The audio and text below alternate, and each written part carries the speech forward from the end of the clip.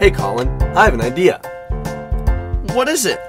Let's make a podcast. Alright, we're gonna make a podcast. We need a fun name. Something catchy. Something awesome. What about touch and go? You know, you touch the wall and you go. Like a short rest set. Touch and go. You know, Thomas, I love that idea. I was thinking something kind of like next on deck. You know, I think that sounds kind of fun.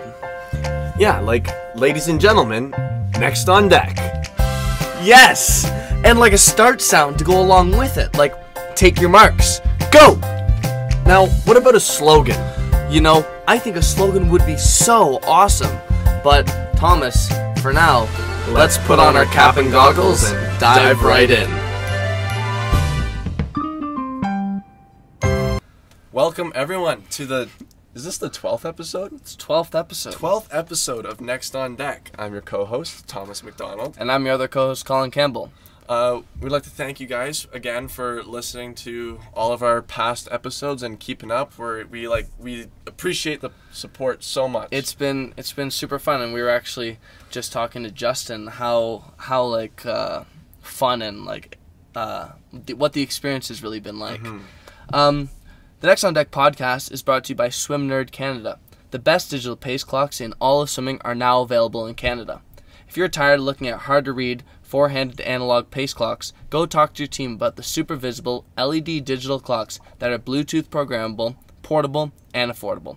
Visit swimnerdcanada.com to upgrade your practices. That's swimnerdcanada.com. Nerd the North. Yeah, they've really been helpful for us. Like, they've really kind of got our whole new production going up here. Oh, in Swimmer Canada. Definitely. Like after we had kind of that discussion and we got the sponsorship deal with them done, improving all the tech stuff and really just I think it boosted our confidence too. And it's really a great product too. Like we were looking at their website and stuff, and yeah, it looks great. Like, well, we think about I think about it at practice all the time.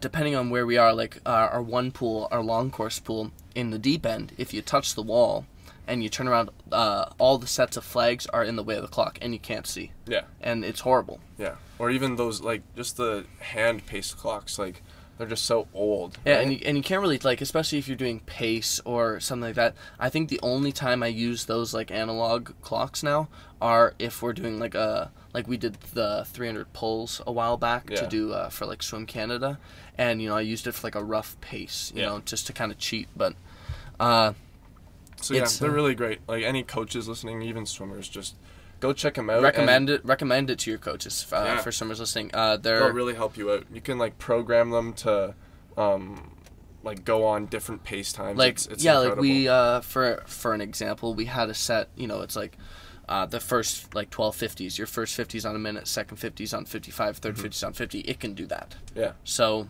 check them out. They can be helpful any practice. Yeah, for sure.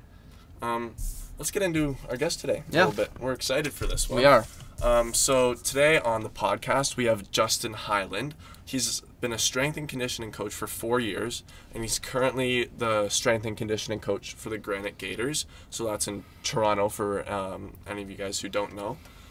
He was also a strength and conditioning coach for the Granite Artistic Swimming from 2013 to 2019, where they won multiple national championships, which is very, very, very impressive. Another thing to add is I remember it was after our first episode. He was one of the guys who reached out to us, and he was the first guy to answer back to the podcast. Supporter since day one. Yeah, he's a day one supporter, and we're finally glad that we got to sit down with him and get an episode with him. I know right away we discussed, hey, this guy answered us, first supporter. Let's have him on eventually. So yeah, we're excited to get kind of some perspective on the activity part of swimming, I guess, and the dryland and everything that goes in behind it. So, ladies and gentlemen, without further ado, next on deck, Justin Hyland. Take your fire. Justin, thanks for sitting down. Good to see guys, you. Thanks for having me on. This is I'm excited to do this, and it's been a I've been looking forward to sitting down and unpacking some of this stuff with you guys. So thanks for having me. We've kept you anticipated. You know, you reached out to us right away, and we've kind of just held off for, what is it now? This is like 12 13 because we skipped a week, and but we're finally doing it. We're super excited. Yeah, that's great. I think what you guys are doing is really good and really positive. We were talking a little bit earlier just about how far this can reach to just some athletes, some other coaches and whatnot. People have way more time to listen to podcasts now, so being able to reconnect with the swim community in different ways, whether it's with your dryland or studying or just in some free time, I think it's powerful. So keep up the good work. Yeah, and like you said earlier, we can't go and see our friends on deck and have that kind of same environment with other people from other clubs. And I think this is one way that we can really, we can talk about all this. We can, possibly have them even on as guests. I know we've had a couple of our friends on as guests before, and even just to get the feedback from those guys, hey, like, this is super cool, like, good job. And like, it's kind of like being there, like saying hi again in a different way. Yeah, so thanks. We appreciate that. No problem. So, like, to kind of start off here, do you want to just talk a bit more about yourself and your job, like how you got to where you are now and how you got into swimming and everything like that? Yeah, I mean, I think like all of us, and you guys will surely find out quite possibly, your route to your calling or what you want to do is take some interesting twists and turns. When I was in high school, probably in like grade 9 and 10, I was a competitive hockey player growing up. I didn't really see myself in the role that I was in. I did deal with several setbacks to do like surrounding mental health and some learning disabilities and whatnot. So I mean, I was on a different trajectory until probably about grade 10, grade 11. And I actually went to see a strength and conditioning coach that was working with some junior A hockey teams in the Toronto area. My dad was involved as a goalie coach with the Stouffville Spirit. And I went up to see this guy, and I was, in a pretty rough patch in my life at that point. And what I was able to sort of turn around after starting a strength and conditioning program, and what it brought into my hockey, but also just my self-confidence and everything else was really powerful to me. And I kind of knew over the course of that year that I really wanted to be able to do that with people, with young athletes, whoever needed it. I wanted to be able to sort of provide that, and got really interested in the science around it. I've always loved mechanics and systems and how things work. So it was really interesting when, an experience like that could turn it around and like, hey, the human body's pretty incredible, and what we can do. And, it relates back to sports was, it just clicked with me. So it was a pretty quick 180 in terms of my last year at school and what I wanted to do. But just based on my trajectory to begin with academically, I went in through the college route, which I think in the long term, looking back and knowing a lot of people that have done their degrees, definitely has its benefits in terms of the application of the science. It does have its drawbacks in terms of the theory and some certifications and where it can open doors. But I've been really fortunate to know some incredible people, and some people have taken some chances on me, and I've wound up in a cool spot. So, but yeah, my intro to swimming, sorry to make that so long for you guys, but don't worry about it. Okay. We love it. Yeah, my intro to swimming, I started working out of the Granite Club, and for people that don't know what that is, it's a big family social athletic club in Toronto, Ontario, that deals with a huge amount of sports, everything from swimming to curling, essentially, and everything in between there, except for hockey, really. But yeah, I was really fortunate to sort of position myself in there through school, through a professor that had an in, and from there, I was just relentless about strength and conditioning and sports science, and filling a niche there. We didn't really have anybody that was doing that, working with our swimmers. And one of the first opportunities that popped up for me in the aquatics area was with the Artistic Swimming Club, with Sheila Croxton, who was working, pardon me, with some of our big. Sorry, guys, I swear, not. Don't worry about it. It's all good. It's okay. Funny when It happens. funny when water goes the wrong way in your throat, Oh yeah. as I'm sure you guys know. Oh, definitely. Pardon me. All good. Yeah, I got involved with our at the time synchronized swimming athletes, and from there, I guess, kind of caught the eye of Mike Rutledge, our aquatics director, who worked with Gators, which was our speed swimmers, and from there, a few years after, transitioned into working with the Gators full time, and I love it. At this point now, I'm in charge of everything strength and conditioning related for all of our swimmers there within the Gators program. So it's interesting because it's, for us, we're contractors, so we're not really employees of the club. But I've found myself in a position where I'm actually working with 2 or 3 different staff that are kind of reporting to me, and I'm sort of managing that role. So it's been really cool from a career perspective, but also I love every moment of it, and I've really missed our athletes and our coaching staff over this time. For sure. Yeah, I find what you do right now is just, I don't know, I find it gets pretty it's pretty underappreciated sometimes, because so much dryland and weights and everything that goes with it goes in so much behind the scenes in every single sport, right? And then people just look over it sometimes, but it is really one of the most important aspects, other than being in the pool, of course. But it's really important for athletes' ability for what they do.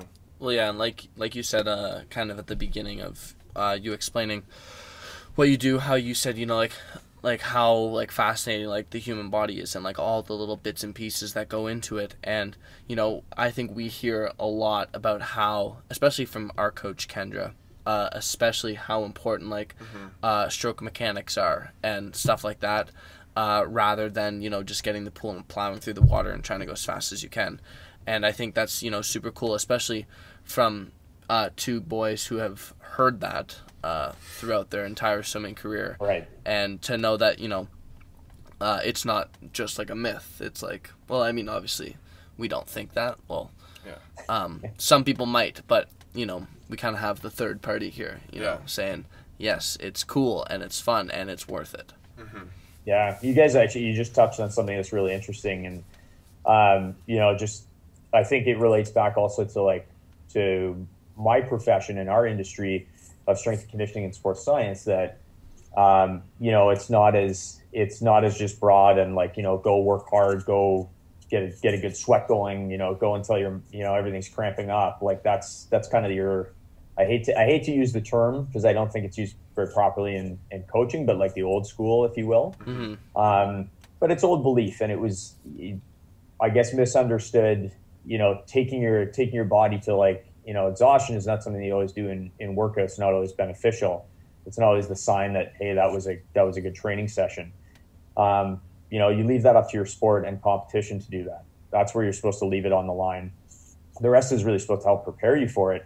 And when we start to look at a sport like swimming in more of a scientific context with physics and biomechanics, like you're saying, stroke mechanics, the idea that, hey, if you can get as big and strong as you can, you're going to be better. That doesn't always work well for swimmers, right? If you're getting bigger, that's more resistance meeting the water. That's not necessarily a good thing for you guys. And being able to push really hard, well, water is kind of a moving object. So again, not great, but if we can do things that kind of enhance your timing and different strengths to be able to hold positions like streamlines and be able to achieve angles for hand entry and arm entry and all that stuff, that's where the big payoff is.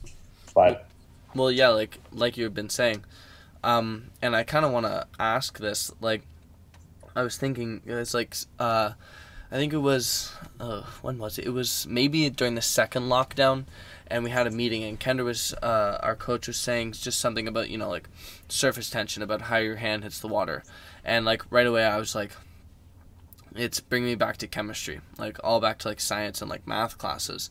How often do you look at stuff like that?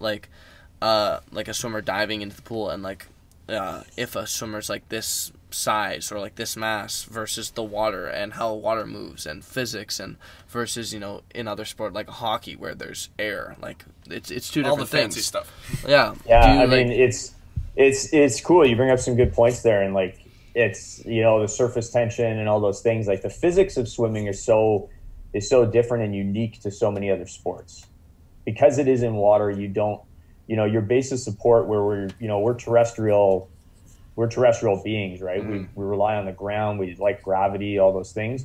As soon as you put a body sideways, you do some interesting stuff, and then you take away the ground and reference points, everything becomes a little different. Yeah, so, like buoyancy as well. Yeah, exactly. Like, I mean, if we'll go back to like the hockey comparison, you know, pushing off where you're generating your force and your propulsion from is completely different when you're on ground or in a pair of skates than it is to when you're actually horizontal in a body of water.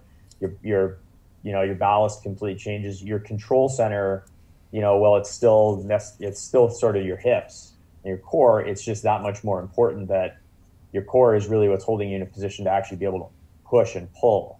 Mm-hmm. So it gets kind of interesting. Like the differences, you know, like you were just mentioning, do I watch different videos and stuff like that, or watch different athletes diving? I mean, luckily I find sport really interesting, and I think you have to if you're going to be good in this role. Mm-hmm. There's a lot of times where we finish practice, or we'll have a biomechanist come in, or it's just a speed session that evening with our swimmers. That's what some of my favorite time is as a coach, to be able to go down. It's the best research. It's, you know, it's free. It's right there. And that's where I've probably learned some of the most in my career, is being able to just be on deck and, you know, being able to rub shoulders with different coaches and talk about different things. Cause, you know, I didn't grow up a swimmer. I've definitely been in the pool. I've definitely done some stuff like triathlon and whatnot that's necessitated some training. But to really understand the finite mechanics of it I find it fascinating, but it's also it's essential. Yeah, for sure. I also find it really interesting, like with what you do, strength and conditioning, that like there's so many things that you can do on land, and like a kind of dry land role that can be so different for each sport, or even each what kind of swimming that you do. Like we use our resistance bands for our Zoom drylands to simulate swimming, right? Like the other day we did 10 100s on 120, which is a set we would do in the pool. Yeah, with a band, right? So I just think it's so cool how you can kind of take stuff that you do on land and transition it into the water. And like, again, we're not in the pool, but it's as close as we can get, and it's really helpful. Well, yeah, and definitely. you can touch on this as well. Like our coach also says, you know, it's all like cognitive, right? Like your brain doesn't know if you're in the water or on land. Is if you're doing like your pull, like you start with a band here and you pull back to down there with a band. It's not pulling against a band. It could be pulling against water for all your brain knows, mm-hmm. and stuff like that. That's right. I mean, like your coach is absolutely right, and I mean, there are some little differences, and like, you know, your brain picks up on little bits of stuff. The tension's different, and you know, amplifies as you pull back. But I mean, you know, we're talking about kind of adapting and moving through things right now. Like, you're absolutely right, though. The bands offer you the rhythm, and that's something that you can't really get with almost anything else dry land. Unless you happen to own like a $4,000 swimmer. Yeah. But even then, like, there's some little differences and whatnot, but it's keeping things engaged, keeping those motor patterns going, and still building a little bit of strength too. I know, like, it's been nice to hear this year, you know, we're sort of devising some of our dryland routines and whatnot. You know, our coaches have really taken the reins of, you know, these are our swim workouts with bands, and for once, I'm not one of the most hated people in the world, so that's always nice too. Yeah. I kind of want to know, like, your philosophy behind strength and conditioning and what you do, and just like how it can translate to sport. Really, like the philosophy behind your job. Would you be comfortable sharing that, or? Yeah, absolutely. I mean, I think the biggest thing, this answer always kind of varies. I mean, I've got my sort of my pillars. Like I believe in, hard work, the perseverance, knowledge and integrity. Those are all kinds of things that I think any coach always tries to just instill with any athletes they come in contact with and sort of have under their wing. But I mean, my philosophies around strength and conditioning, like as they apply to swimming, I think there's a lot of power. Like, trying to think how to say this. I think there's a lot of areas where we try to overcomplicate stuff. And one thing that I've really learned and has become a philosophy is sort of to know where my lane is and be able to operate within that as best as I can. So if I've got a coach that's coming to me saying, this is what I see failing in our athletes or what I see lagging, what's our plan and what's our timeline to get that improved, and being able to sort of operate within that. So if my job is to get you better at, managing lactic acid, then and acidity, we're going to work on that. And that might not necessarily look like swimming. It might not look, sport specific, but making sure that we're doing that with the right muscle groups, that we're training the heart and lungs for the objective that we have, and putting it onto a timeline, like that's sort of staying within the lane and accomplishing that. So I think the philosophy is trying not to do too much, but really assess and then be efficient with the work we're doing. What would something like that look like? Like you're not really sport type. If something were to not really look like it's relating to anything, or like something that could look totally random. Yeah, there's a lot of stuff out there. I mean, it's hard to really sort of pinpoint on one thing, but we get I've had a lot of parents like over the years and different athletes and coaches come in and, they take sort of one look at what you're doing. They're like, well, can we do something a little more sport specific? And then it's really breaking down and getting people to understand that, well, what we're doing is sport specific in a way. Because if you need to get, like, let's just take, for instance, like your shoulder, or sorry, your like quadricep, like leg muscle, you need to get that stronger for your kick. Well, we're going to do some stuff. We're not necessarily going to go reproduce your kick in the gym. We're going to do some stuff to get that muscle strong. And then we're going to do some drills that are going to sort of help it transfer over to that movement pattern. So it's little different stuff like that. But like, for instance, doing something like a leg press or a squat or a lunge, something like that. Like, yeah, aside from the start and coming off the blocks and maybe on your turns, there's not really a lot that's going to look similar to squatting with weight at your side or on your back than when you're in the pool, right? Yeah, for sure. Yeah, it might be accomplishing something that you need to use within your stroke pattern, and that's where it becomes a specific exercise. Mm-hmm. Yeah, I think so it's really. Sorry, just to finish up, it really comes down to context. Mm-hmm. Yeah, I think there's a lot of like Thomas said earlier, it's like there's so much stuff behind the scenes that like some people don't know about, and I think that can also influence like if you hear, my sport is harder than yours, or this sport is harder than this one. I think that's where something that's something that can help clear that up a bit. I think every sport has their own things, and some sports require so much more behind the scenes work that let's say like for swimming, when you dive in the pool, no one just goes and swims a 400 IM just because they can.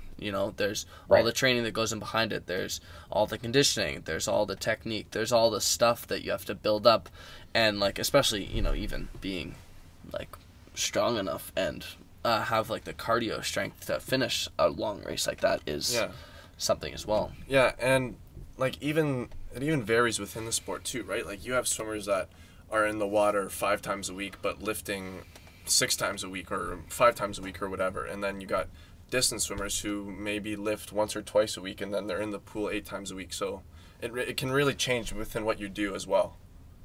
Yeah, absolutely. No, you bring up a good point. It's like we always got into these funny conversations because I worked with artistic swimming as well as speed swimming at one point. We had like sort of a 2-year crossover there. And that was always a funny conversation when you get the artistic swimmer saying, well, I think our sport's actually harder than like a 200 fly. And then you got it goes back and forth. But at the end of the day, it's like you're kind of comparing apples to oranges. Because it's like, okay, well, yes, you're right. That 200 fly is pretty hard, but try to balance yourself upside down with your hips above water and go into a full split and then rotate over. Yeah, I could not. Well, no, So, yeah, like exactly. They're hard for different reasons. It's you know, and the same thing, like, you know, is 800 meter running more difficult than archery? Well, they're hard for different reasons, right? I bet you the 800 meter runner can't, you know, hit a bullseye from, you know, 50 yards out, and vice versa. It's well, yeah, again, like you were saying about the like versus 200 fly versus, you know, holding yourself up, like, and I think like it's like body type, like my body type, I'm like short and like big. I wouldn't be able to like I can't even float in the water, right? And somehow I'm a swimmer, but I think there's all the aspects that go in behind it, and it's weird. Yeah, it is. It's, you know, even somebody that deals with the weirdness, like some days I come away just going like, that is weird. Yeah. So what would you say, I know there could be multiple, but what would you say is the most important aspect of strength and conditioning for swimmers? Yeah, it's interesting. There's so many facets to it, but I think definitely one of the most highlighted areas right now has to be activation and shoulder care, and making sure that, you know, you can stay healthy and in the water, so that injury prevention paradigm. I think that's definitely very important right now, especially as, you know, we start to train harder. As years go on, we don't do things less. We get more efficient and we try harder at them because we're constantly trying to knock the bar down. So, I mean, that arm care and shoulder care is a big one. I think, or in my opinion, having talked to a lot of coaches and worked with some biomechanists through like CSIO and whatnot, I think one of the most undersold or underdeveloped elements in your sport is starts. I think I might botch this stat, but I think it was coming out of the 2012 Olympics. I think Canada was one of the fastest swimming nations, but one of the slowest starting nations. Huh. And we kind of set out to change that by the 2016 Olympics, and it got a lot better. But I think from what I observe on deck from practice, sort of like practice plans and whatnot, is we don't spend nearly enough time starting, and if we do, it's at the wrong parts of the practice. So start is really dependent on power, and especially like when you're starting to talk about like 400 meters and less, the start of like you're off the blocks to 15 meters becomes one of the biggest predictors of where you finish. Yeah. Mm-hmm. You know, it can make and break a race, especially you start getting down to like your 50 free and stuff like that. I mean, you have a bad start, it's done. Yeah. It's gone. So I think being able to sort of work with our coaching staffs now, and we've done a lot of that lately with the Gators and whatnot. Obviously, that's on the back burner. But being able to start really well and get the technical aspects, because the coaches know the technical aspects of it. So being able to, I think the biggest impact we can have as strength coaches is on that raw power off the blocks, that strength. Honestly, for like if we're talking about starting, like for me, it always ends up going back to like mobility and like recovery types things, because like we were talking about it, like it was like one of the last days we were in the pool actually before the lockdown, and you know, it's all like our starts, you know, get your hips up, lean forward. You want to be like balanced but like unbalanced, like you don't want to be so unbalanced so you're gonna fall in. But like, you know, my hamstrings, and I'm pretty like immobile, I'm not very flexible or anything, and I mean that's not a very good thing for a swimmer, but you're starting to describe yourself like a little bit of a robot made out of piano wires right now. Yeah, it's pretty that much sums it up. It's pretty much what it is. And to like bend over and start, it's like the worst thing on my hamstrings. And like, you know, sometimes like we do hamstring stretches where we put our legs up on the blocks and then lean forward. And sometimes I'll just like, you know, my front leg will be down on the block, and I'll just lean over a bit, and it's like, oh, I'm stretching again. And then I have to bend down even further. I'm like, okay. And so it really just ends up going back to okay, after practice, I need to stretch, do all this stuff, and yeah. Yeah. So what sort of stuff would you do to, like, for someone wanting to work on their starts? Like, what sort of activities would you do outside of the pool for dry land? Like, what would that look like? Even in your activation and stuff like that. Yeah, I mean, the big things that the start really translates into a jump. So if we you backpedal it into like when you're younger and you break down like movement, and I don't know if you guys have heard the term tossed around by coaches or not, like physical literacies. Mm-hmm. If you ever get into the coaching realm, like these are terms that are just drummed around like crazy right now: long-term athletic development and physical literacies. But really, you're looking at jumping, and it's one thing that if you're swimming tons and tons of hours out of the week, like you're not doing a ton of other sports. You are when you're younger, but now once you're, when you guys are your age, you're not going to play soccer in the summer. Mm-hmm. Yeah. Your coach would be on the phone really quick. Yeah. Right? Even when we go and play basketball. Yeah. Yeah, exactly.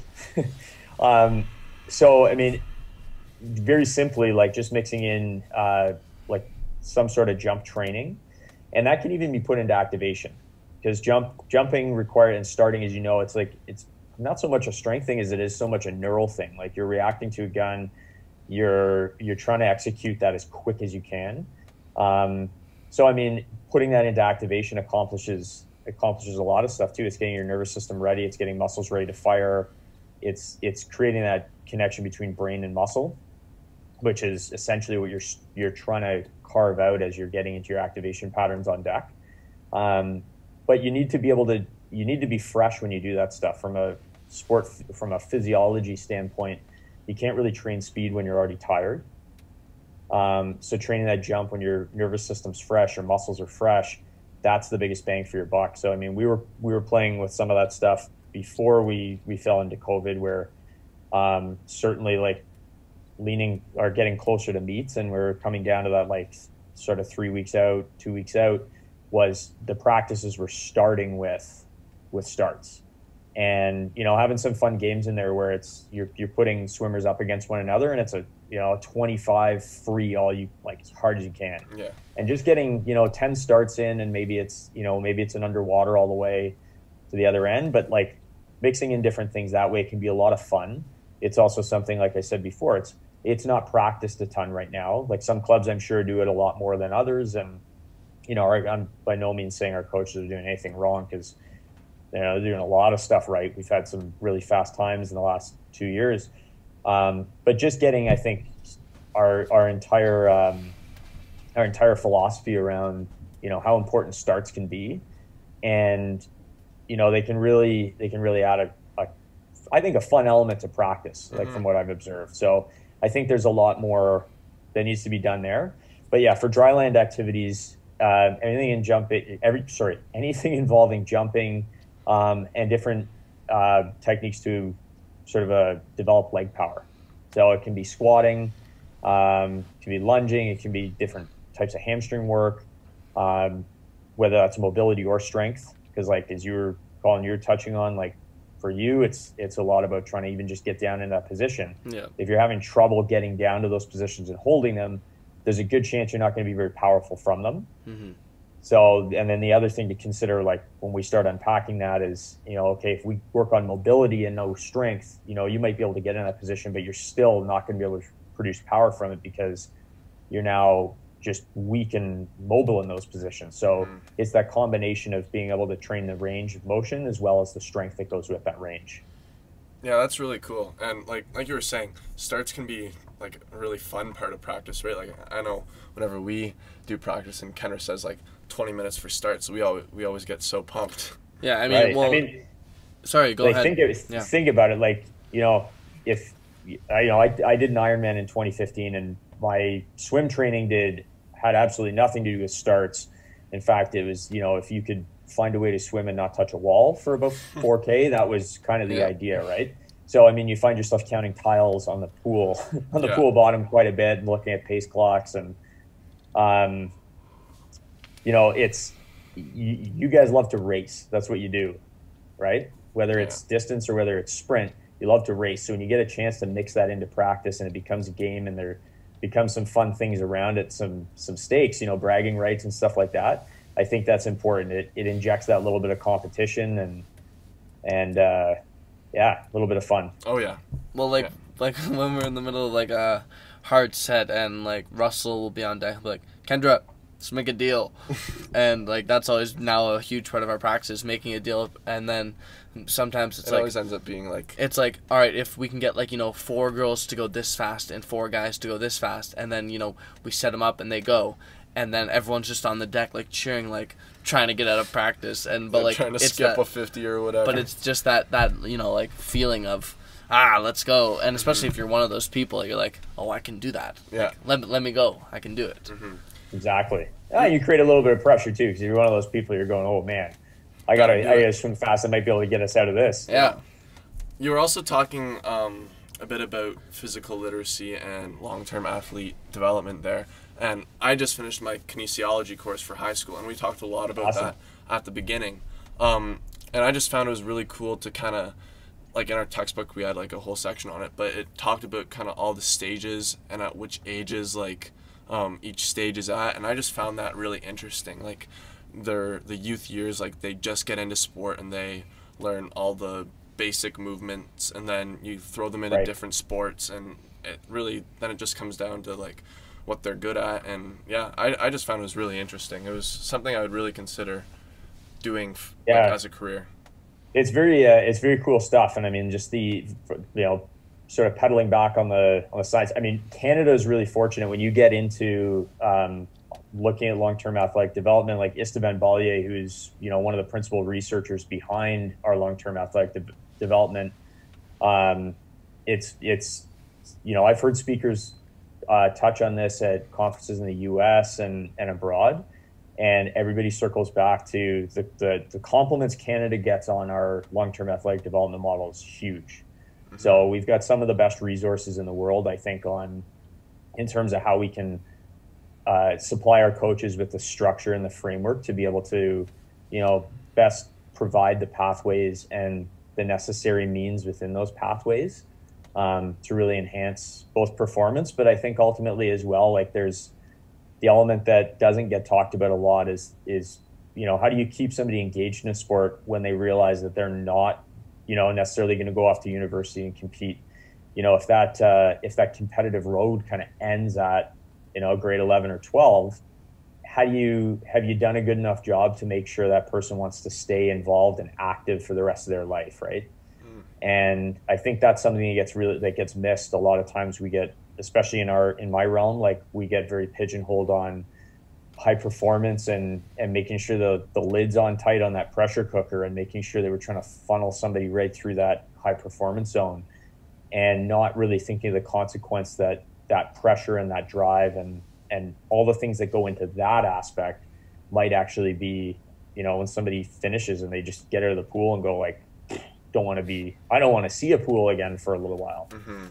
So I think there's a lot of cool things there that need to get explored. But, you know, I think swimming is one of the coolest sports for that. There's, you know, I think a lot of the athletes that I've worked with on the speed swimming side, synchro is a little bit of a different story because it is, you know, you start at a really young age specializing right away, and it is high pressure. It's very technical. It's very focused. But a lot of the swimmers we have, I know through our Gators program and stuff, like they just love to swim. Yep.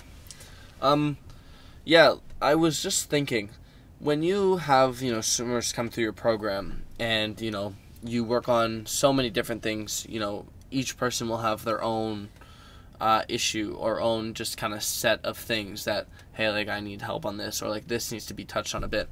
What's the most common thing that you see that is like a growing issue in swimmers as they kind of develop through the high performance stage?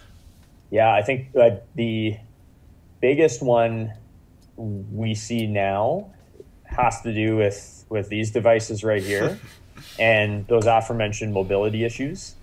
Holding the streamline, yeah, exactly. It's that forward head posture, what it does to pull everything in your thoracic spine and that upper back.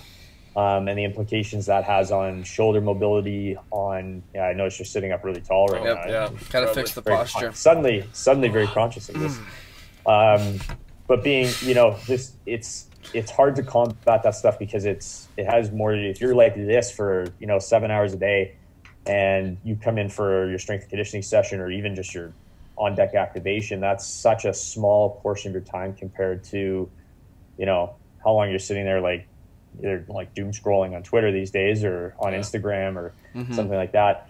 That's probably, in my opinion, one of the biggest issues is trying to just create awareness, create the buy-in of that awareness, which is much easier with guys and girls your age, because you're making the correlation between like, I really want to go fast, so if I have to put my phone down like 2 hours earlier every day and really be conscious of my posture, well, that's what I got to do to get fast. So that's fine, I can make that connection. But for swimmers that are a little younger, like in that sort of 12 to 15 age category, that you quickly start to feel very old, I think, as a coach, when you're preaching to kids to try to put their phone down.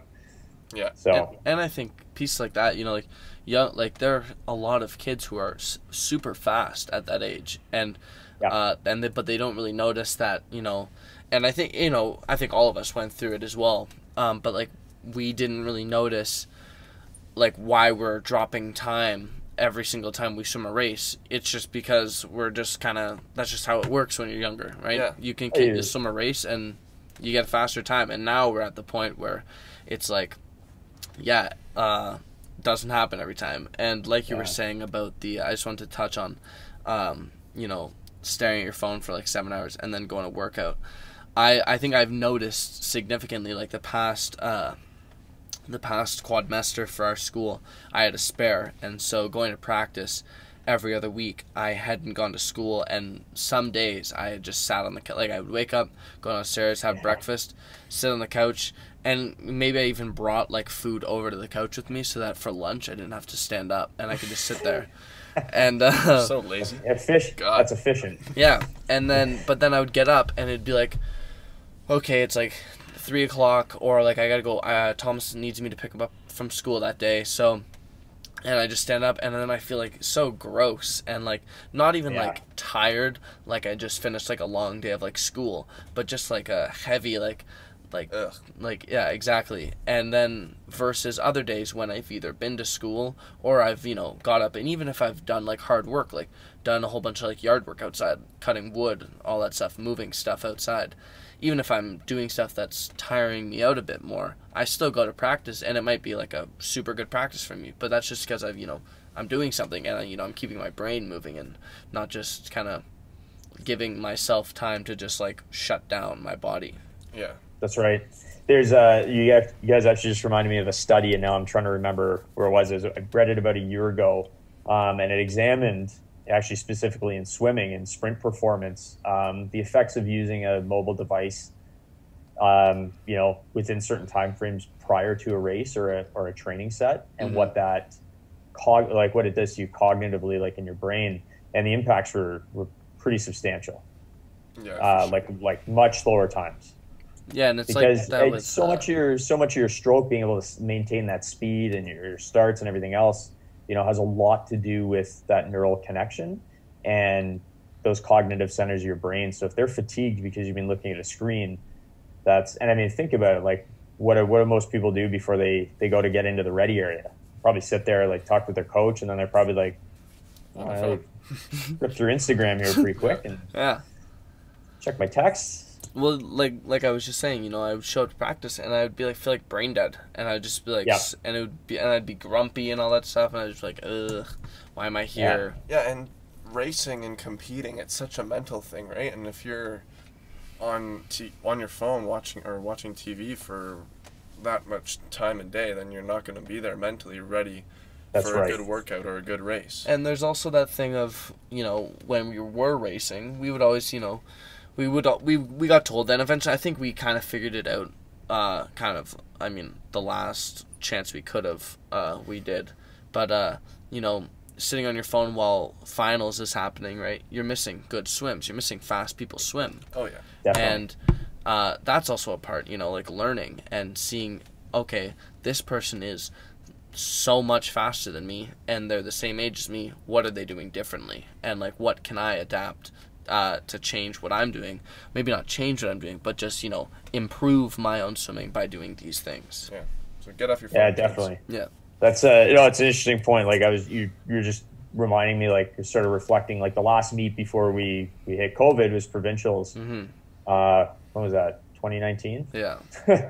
And it was interesting. Like your sport has a couple unique things I want to touch on right now. But what you were just saying about sort of being able to learn from watching other races, and I think our coaching staff has done a really great job with the swimmers with the Gators, because whenever, like, we might not have anybody in certain heats, but our athletes are sort of right there in the stands watching and sort of taking notes and just appreciating swimming.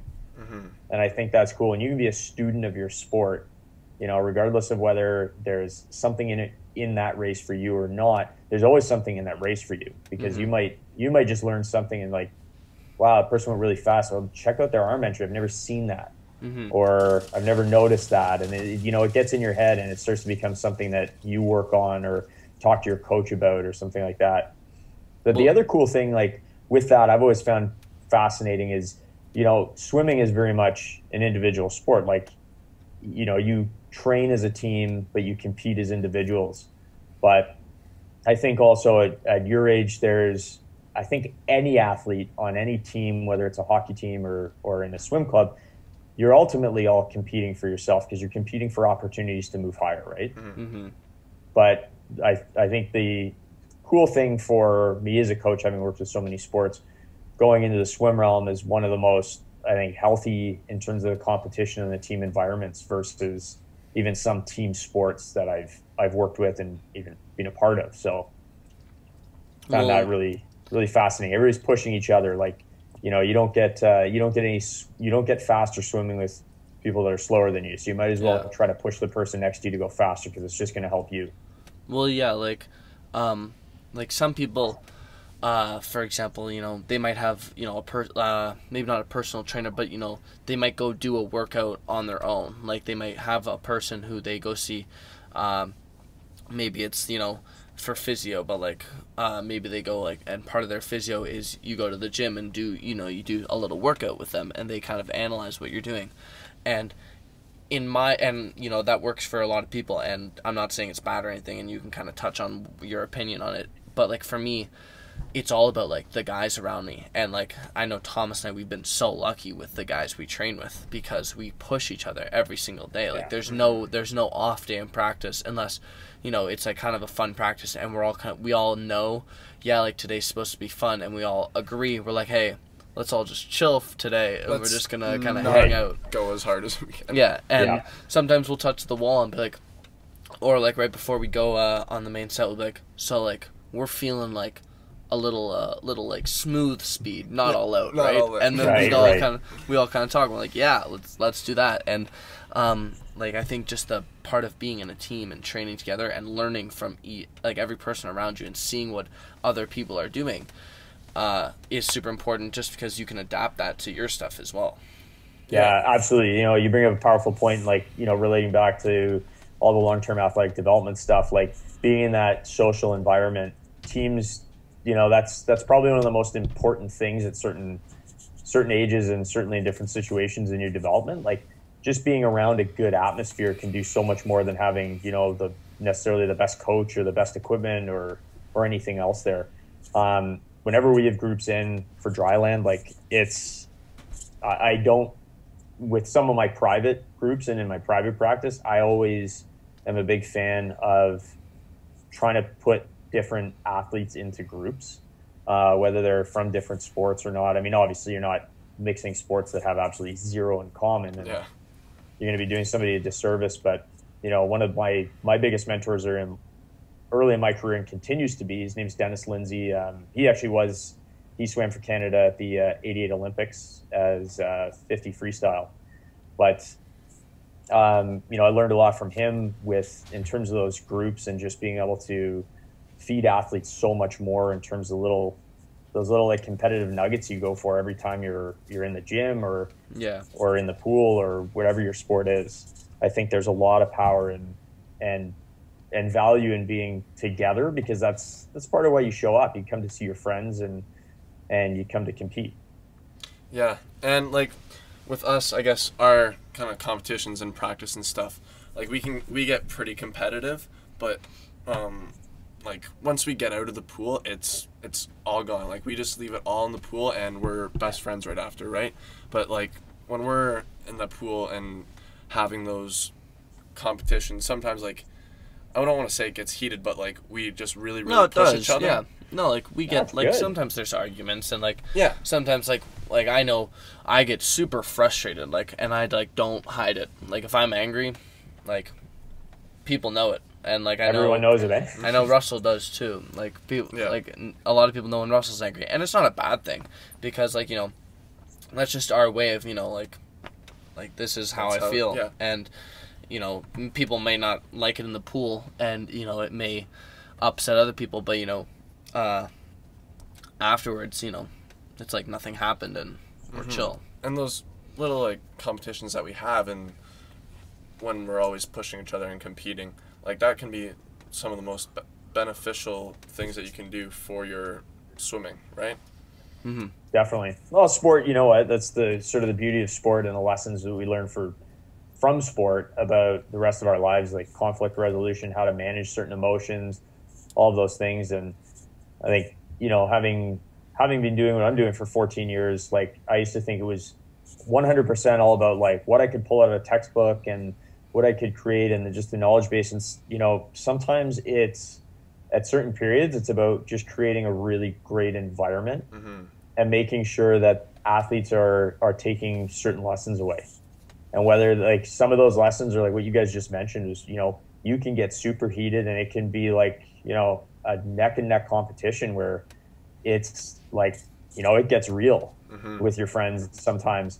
But at the end of the day, everybody goes home, you shake hands, and, you know, you see everybody tomorrow, and it's a fresh start.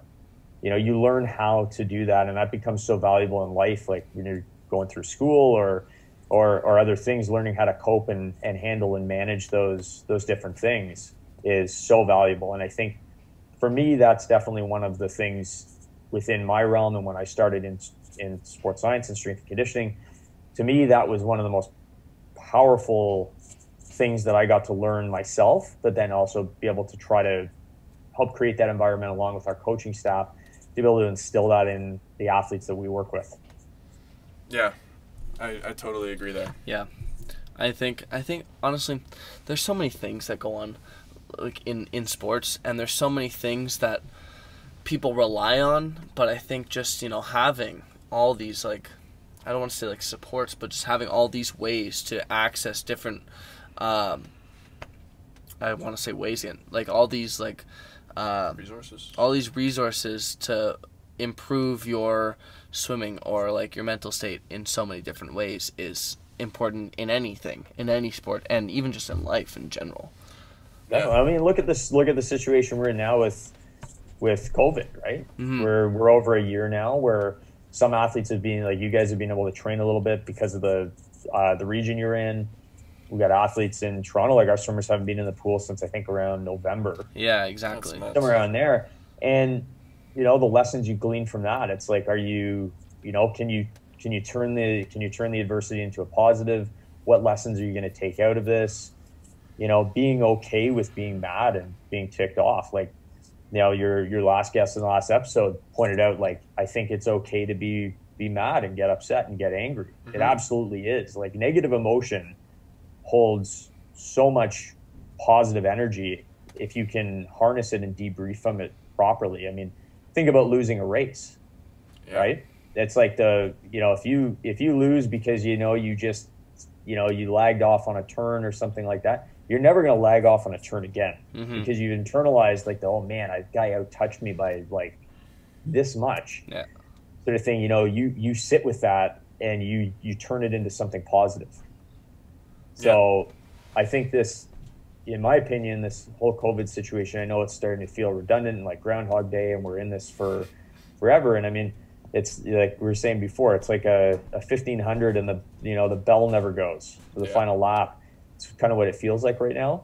But there's so many important lessons that we'll all take, regardless of our age or sport or what we're doing, that we have this beautiful opportunity to, create resilience and in all kinds of different areas of our life. I had a client of mine who, I'm trying to remember who the quote is. Somebody's going to highlight this right away and say, I can't believe this guy missed this quote, or who the person was that quoted this, but it's never waste a good crisis. This guy I referred to, he was a big CEO, and it was one of the most powerful things that stuck with me about 3 weeks in, when you're starting to realize, you're like, holy smokes, like my business is melting, like we got no work, like what's going to happen? How are we going to continue to communicate with our swimmers and make sure they're okay, and do something that's even like meaningful over whether it's Zoom or on their own.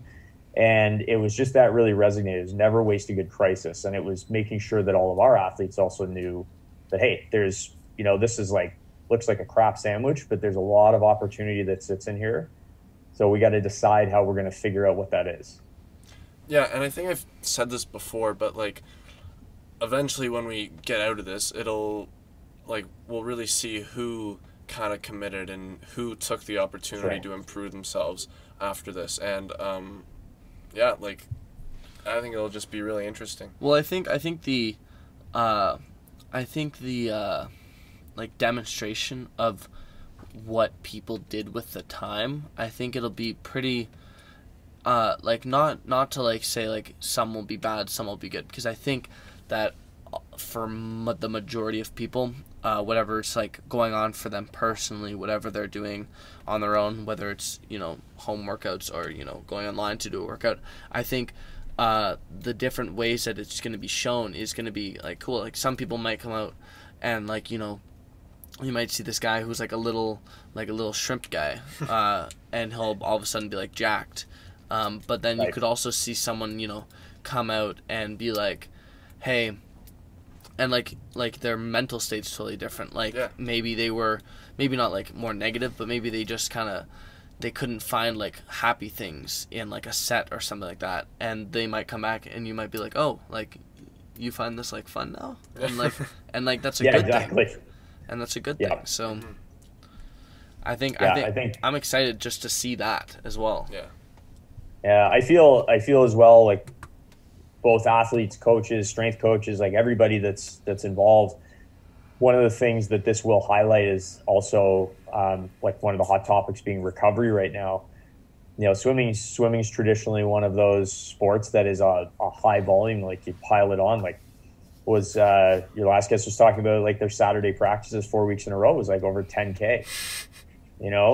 Coaches get these. They start to get a little aggressive with some of their planning, and it's like, all right, let's see what we can get done. Putting in those kind of miles, just even mentally, stepping away now from the sport. I mean, what we observed with a lot of our swimmers was what their dryland performance was. Like we were trying to put in challenges and tests kind of often and group them into teams and do all kinds of stuff just to keep the competitive bug alive and keep people engaged. But what you started to see in terms of strength, like people were just taking off because they've had this rest. It's everything. I think there was an element of excitement as well when this all started. It was like, hey, cool, free vacation. I think all of us thought this was going to be about a month long or whatever. And it was like, hey, nobody can argue. I'm not supposed to leave my house. I'm not supposed to do anything. So cool. Like it added or changed the structure of your day and your sleep patterns and everything like that. And people were a lot more recovered. If you're used to being in the car for 5 a.m. on your way to the pool, like suddenly that's like, oh, dryland's at 7 this morning and I just have to walk downstairs. Yeah. Or roll out of bed. Yeah. You're gonna see people. I think you're gonna see people go back when this is all said and done and people are allowed to get back in the water. Beyond the initial like sort of reintroduction phase where people are probably going to feel like garbage because your breathing patterns and everything are coming back. Like you're trying to almost relearn. It's the biggest break you've ever had in your sport. But I think there will be a lot of value in that time off, and you're going to see a lot of time start to drop potentially for a lot of swimmers.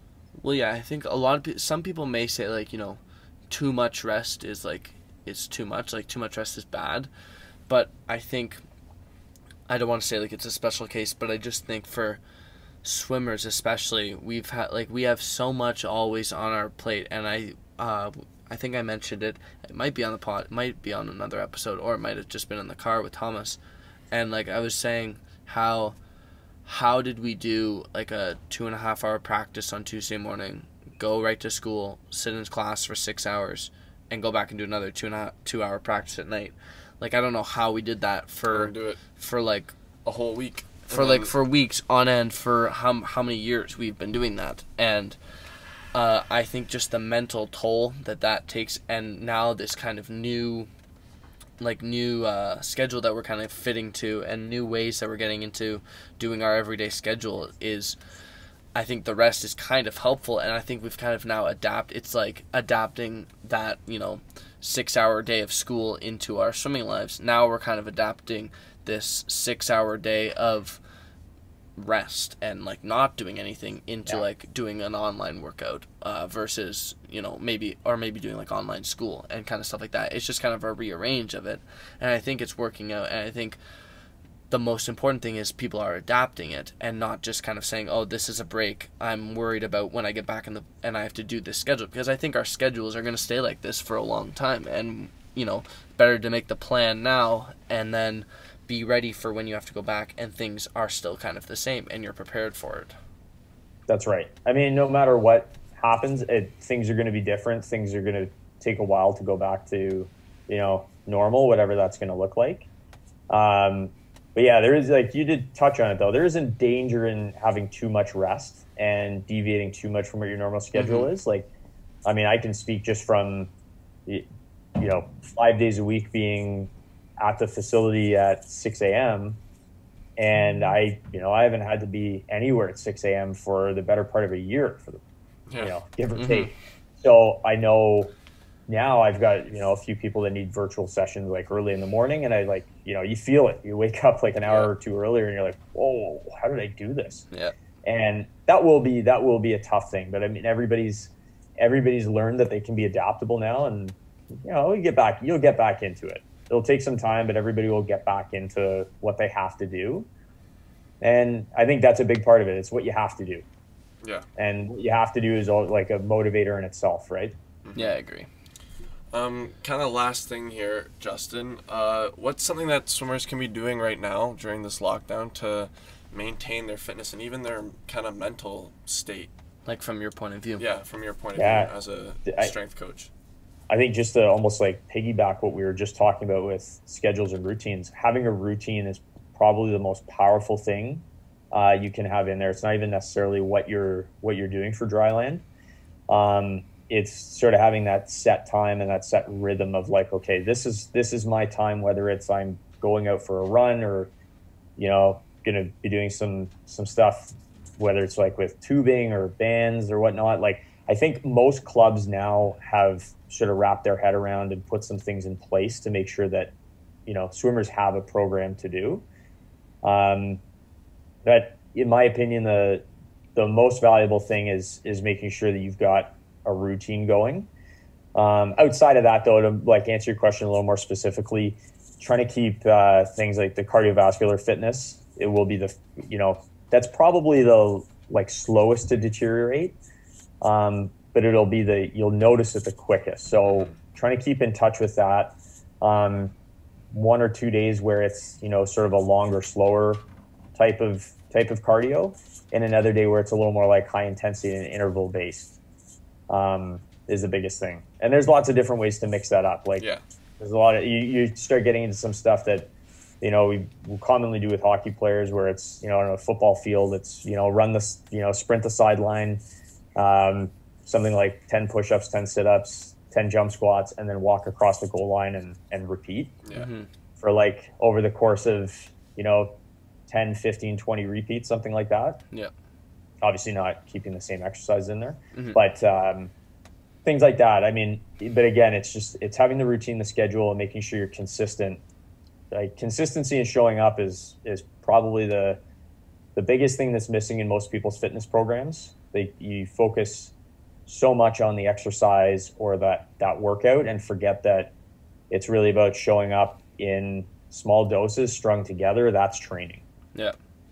Right. So it's just the bigger picture. Yeah. Keeping that consistent schedule will go a long way. Even like if you're that. doing little bits of stuff. That's really, really important. Like even just keeping that routine consistent, right? Well, you guys heard Some it. mornings that might just be get up and stretch. Which Yeah. sounds like Colin might need to do a lot of. Yeah. Come on, Colin. Yeah, well, hey, it's good. It's already part of my schedule. You and me both, man. Don't worry. Well, yeah, listeners, you guys heard it from the strength and conditioning coach. Words. Make a schedule. Keep yourself organized. Yeah. It'll get you through COVID, or at least what we think is almost going to be over. But You never know Hey. now. nope. Hey, you know what? Like with that being said, like you're part of a team. Like reach out to your friends, reach out to your coaches, people like me. If you have strength and conditioning coach on your staff, like we're the cliche saying we're all in this together, but you do have people around you, and we are all in this together. And there's people there that are good at helping and are happy to help. So. You mentioned resources. Use the resources around you. That's what we learn to do, and we learn how to access the right resources when we need to. Yeah, for sure. Well, Justin, thank you so much for sitting down with us today. Thank you guys. This has been a pleasure. I know we've been waiting for this for a while, and we learned a lot. Yeah, I actually really did. Today. And I think glad to the hear. listeners will learn a lot about, just kind of the stuff that goes on behind the scenes. Mm-hmm. And if you want to keep learning, people, follow Justin on Instagram at Hyland SCC, because we've been following you and you post some really, really helpful stuff on there. So yeah, everyone listening, go hit him up. Thanks for the feedback, guys. Yeah, and again, if you guys check him out, and don't be afraid to send him a text, be like, hey, and if you need help with them or need help with anything, need a tip about your conditioning, he knows. He's got the knowledge. Oh yeah. I'm also, if anybody listening's noticed, I like to talk shop. So I mean, if you got questions and stuff, don't be afraid to drop me a message on Instagram or that's pretty well the only platform. Website still sort of in the works, but definitely through Instagram. You just don't be afraid to drop me a line if you got questions. More than happy to answer. Awesome. All right. Thanks, Justin. We appreciate it. We'll keep in touch. Definitely keep in touch, and thanks again. Yeah. You can stay on if you want to. We can chat after. Hey, perfect. No, thank you guys. Thank you guys a ton. I hope you stay safe and be well. Thanks. You too. All right, everyone. That was Justin. That was very fun. We liked that. Yeah, I think we always talk about what goes on behind the scenes, behind our sport. And like I said, kind of at the beginning, we've always had this debate, because we live in a hockey town, or this debate, I guess it exists everywhere, which sport is harder, hockey, swimming. And I think, or even other sports too. Well, no, yeah, exactly. But I think we really got the insight of behind the scenes, and every sport has their own thing, kind of. Yeah, good perspective. Mm-hmm. All right, so we'd like to thank again our presenting sponsor, Swim Nerd Canada. Upgrade your club's practice with the best digital pace clock in all of swimming. Visit swimnerdcanada.com for more and help nerd the north. That's swimnerdcanada.com. So that's it. Thank you, everybody, and we'll see you next week.